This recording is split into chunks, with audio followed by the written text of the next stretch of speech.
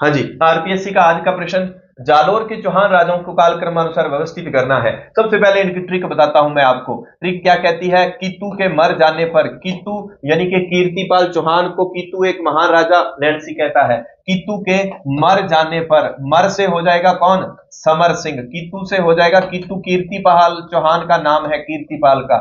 मर जाने पर, जाने पर उदय की चाची ने साका किया, उदय से उदय सिंह हो गया।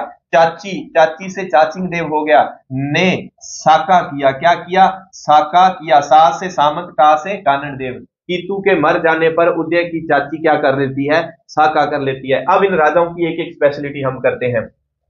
जालोर में सबसे पहले गुर्जर प्रतिहारों का राज रहा, उसके बाद जालोर में राज रहता है परमार वंश के राजाओं का। परमार वंश के राजाओं को हराकर 1181 में कीर्तिपाल चौहान जो है, 1181 में कीर्तिपाल सोनगरा चौहानों की शाखा की स्थापना कर लेगा जालोर में, कीतू के मर जाने। उसके बाद समर सिंह आएगा, फिर आएगा उदय की चाची ने साका किया। उदय, उदय के बारे में एक बात याद रख लेना कि इल्तुतमिश के समय, दिल्ली सल्तनत का राजा इल्तुतमिश के समय लगभग 1228 के आसपास की बात आती है आपको, 27-28, तो जो जैतर सिंह युद्ध भी करेगा, मेवाड़ का राजा। तो उदय सिंह ने इल्तुतमिश के समय नाडोल, नाडोल और मंडोर पर अधिकार किया था। ये इतना ध्यान रख लेना।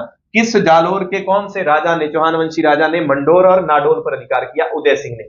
चाचिंग के बारे में इतनी बात आती है कि दिल्ली सल्तनत का जो है अपने जालोर के चौहान वंश का कौन सा ऐसा राजा जिसके समय दिल्ली सल्तनत के किसी भी बादशाह ने, राजा ने आक्रमण करने की योजना नहीं बनाई, न आक्रमण, आक्रमण नहीं हुआ, किसी की हिम्मत नहीं हुई इसके समय।